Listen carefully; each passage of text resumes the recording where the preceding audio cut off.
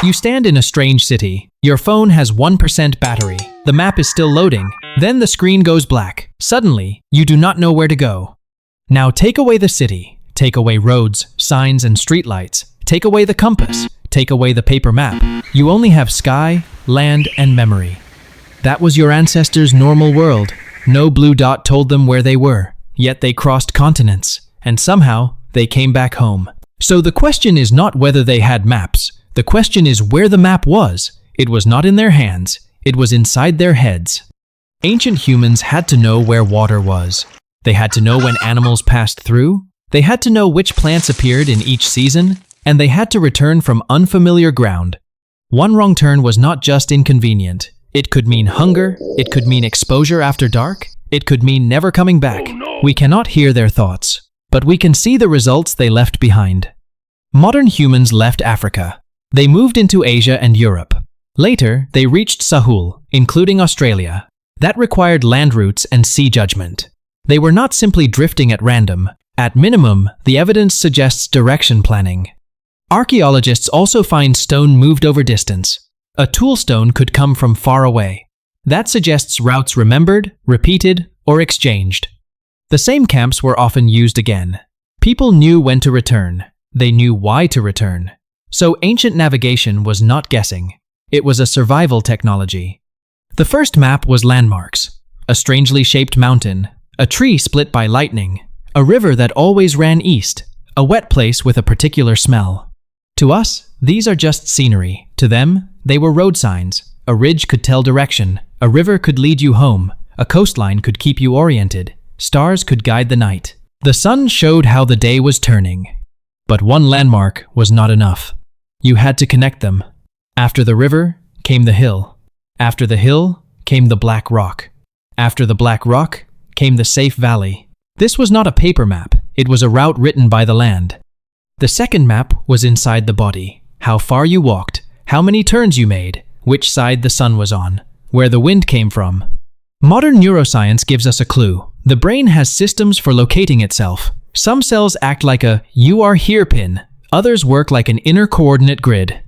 This is not magic. It is movement, memory, and senses combined. Spin with closed eyes, and you get lost, because body calculation builds errors.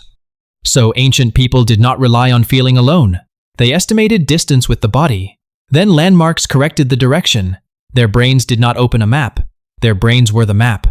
The third map was resource memory. Ancient humans were not only finding direction, they were finding future food. When does this bush fruit?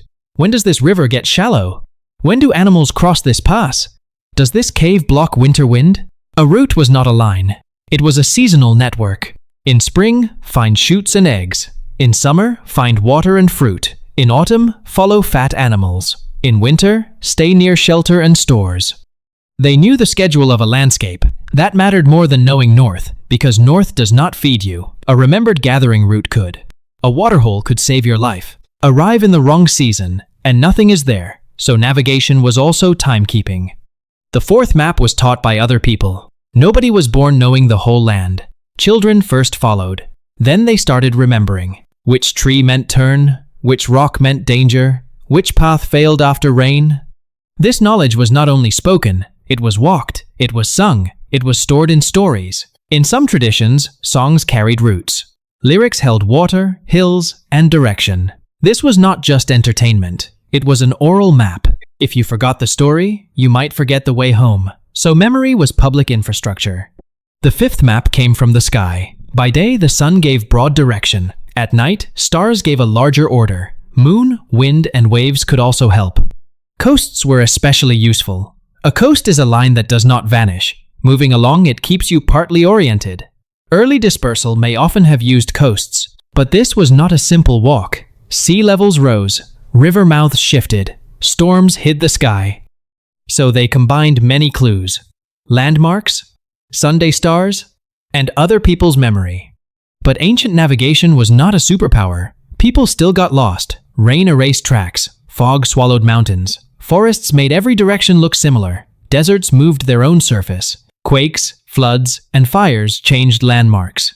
A young person could wander too far. A hunter could follow the wrong animal. A group could misread the season. Failure does not leave many stories. The successful left descendants. So we see the knowledge that survived, not proof that every attempt worked. Now return to your phone. It lights up and you relax. The blue dot is back. You know where you are again. But maybe the cost has already appeared. The map remembered the road for you. Navigation made the choices for you. You saw street names, not the land. You followed arrows, but formed no route.